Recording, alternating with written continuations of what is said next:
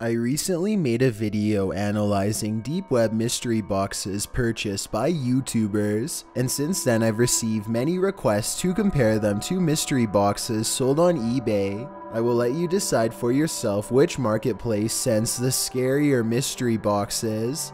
Number 9. A YouTuber named KiKi Pepper buys a mystery box off eBay for $100 and eagerly pops the lid. There's some basic things inside like a stick and a wig, which KiKi Pepper uses as props to joke for a bit before putting them aside.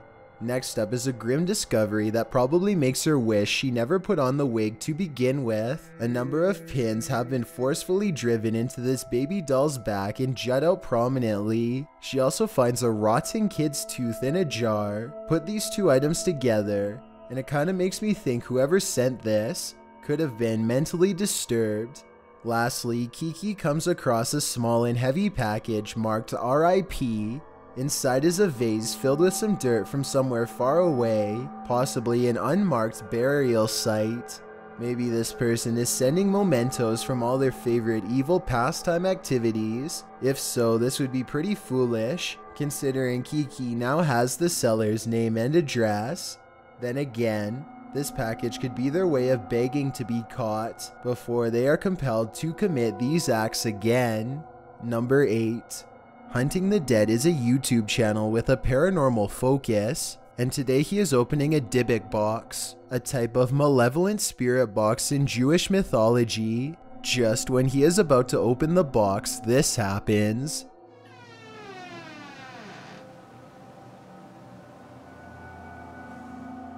Merely talking about the box appears to have created some type of paranormal chain reaction, as he repeatedly sees and hears things clamoring around his house.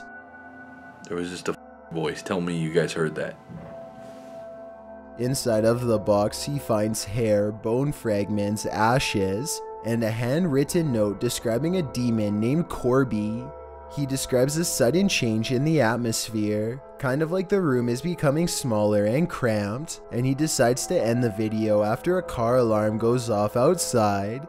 Let me know if you think that this box is real, and if so, what all of these items could possibly have to do with each other.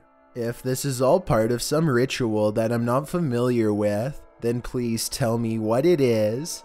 Number 7.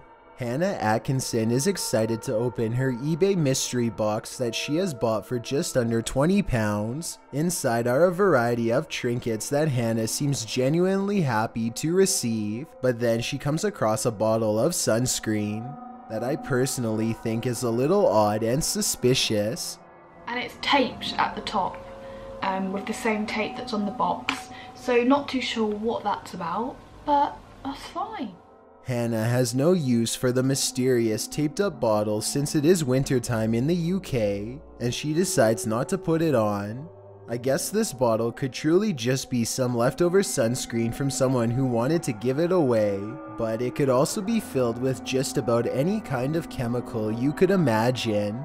Let me know if you think this was a legitimate bottle, or some kind of trap devised by an online sadist. More importantly, let me know if you would have been brave enough to test the product with your own skin. Number 6.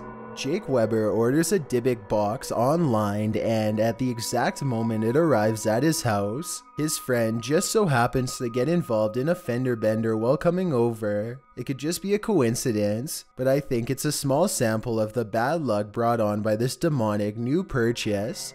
Inside the package is not one, but 2 Dybbuk boxes. Both of them are covered in strange markings, which Jake and his friends are able to decipher online. Much to their dismay, they discover most, if not all, of the symbols represent various demon lords. If you know anything about ancient symbiology, then please let me know if they are correctly identifying the symbols here. Afterwards, Jake is plagued by paranormal occurrences over the next few days. He sees, feels, and hears disturbances all around his home at random. One problem area seems to be at a gate that's just around the side of his house. That one keeps being reopened every day, and we keep locking it. The past 3 days? Coincidentally, this gate is also where the box was first delivered. Jake and his friends finally decide to open the box. And when they do, these strange old family photographs are all they find. I'm not sure if photographs can bring bad luck, so let me know if you think this is possible or just their imaginations. Number 5. Bryan Guerra is ready for anything as he opens his $200 mystery box that just arrived from eBay. Inside, he finds a wide assortment of miscellaneous items ranging from clothes to kids' toys. Then he comes across this can of WD-40 oil and has the exact same thought that I had when I first saw this video. It's actually pretty sweet. Is it actually WD-40 though? I don't even want to spray it. Against his better judgment, Bryan leans forward and attempts to discharge the can's contents. Is it broken? Ew. Instead of a normal spray, some sort of mysterious substance oozes out and gets all over his finger. The substance looks like oil, but I'm not sure. I'm confident that it wouldn't be too hard for someone to empty a can like this one and replace it with whatever chemical mixture they wanted to. So I hope that Bryan is okay. Let me know if this is just what an old can of WD-40 does after a while, or if he accidentally came into contact with a potentially toxic substance. Number 4. A BuzzFeed employee takes a sudden interest in haunted mystery boxes and orders several of them from eBay. They all arrive in various sizes and conditions. This one, for example, contains 2 old photographs along with railroad nails from the 30s, and this object, which I don't recognize in the slightest. If you know what this is or what these letters could stand for, then please fill me in. The BuzzFeed worker eventually has to close the box because her paranormal meter is going off, and it feels like the woman in the photographs are now staring directly at her. I would really like to hear your best guess as to what all of these objects have to do with each other, if anything, because right now I am at a total loss. Number 3. A YouTuber named Rebecca Zamolo buys 2 mystery boxes and, for maximum effect, decides to wait until 3 AM to see what's inside. The first box is filled with ordinary items like phone covers and electronics, so she doesn't feel very worried at all moving on to the second one. Her confidence is quickly extinguished, however, after reading the note inside. Many of these items have high paranormal activity levels. Please proceed with caution. I'm so freaked out right now. Apparently, this box is filled with haunted items that were either donated by other paranormal investigators or else purchased at various yard sales held by grieving families. One of these possessions is a clown named Charles, who supposedly is inhabited by the spirit of a young man who lost his life in a swimming pool. According to the letter, this toy is supposed to be from the late 80s, but the doll looks way newer than that, which kind of makes me doubt its backstory entirely, but then again it still definitely looks creepy, and it does tend to play music by itself throughout the video, so maybe just the year is wrong, and the rest of the information is right. By her own will. I can't do this. There's one object in particular that even the sender of this box is afraid of. I do not wish to own this figurine any longer, so I'm...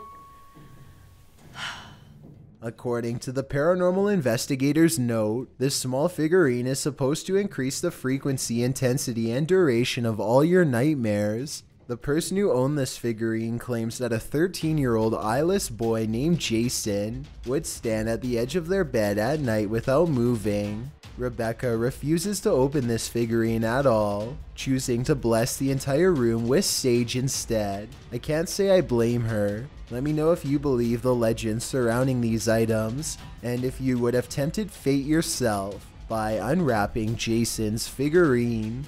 Number 2. Fishing in Space is the name of a YouTuber who once ordered numerous mystery boxes on eBay. The first one contains a small pouch full of unholy sticks and dirt, meant to be used in a demon summoning ritual. Just like stuff like that. A bag of dirt that put under your pillow and say some Latin words and you get a demon. I personally have never heard of this before, and I would like to hear more about this ritual from anyone who has tried it. Anyway, Fishing in Space moves on to unbox a haunted doll named Marlene next, though he doesn't give any backstory as to why the doll is possessed. Instead, Fishing in Space ends the video and says that he will post an update at a later date. However, this was a long time ago and we haven't heard from him since. I think that he is probably fine, but at the same time, I do find it eerie that he uploads a video about a demon summoning ritual and a haunted doll, and then subsequently never updates his channel ever again. Before we get to number 1, my name is Chills and I hope you're enjoying my narration. If you're curious about what I look like in real life, then go to my Instagram at DylanIsChillinYT and tap that follow button to find out. I recently released a music video for my song Sidelined, and I'd love to get your opinion on it.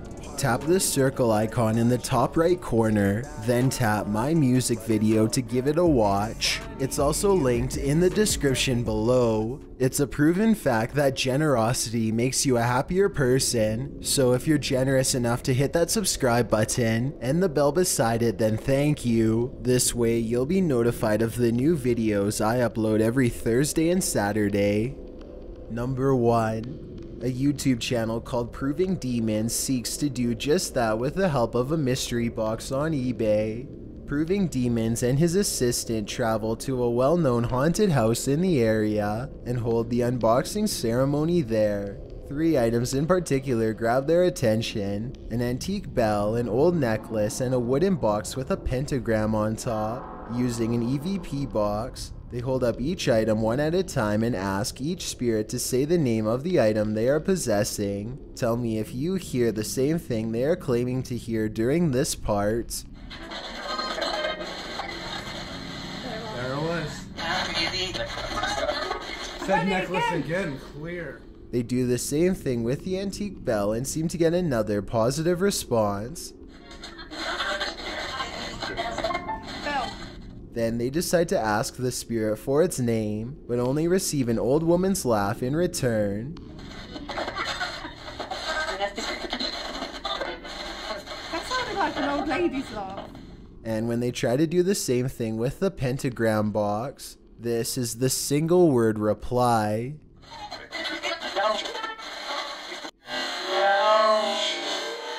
It certainly seems like whatever is haunting this house doesn't like what's in that box. The era of videotapes was more mysterious than online videos, as there's no way to guarantee what's been recorded on a tape. In other words, there was no way to know when you were about to discover something terrifying.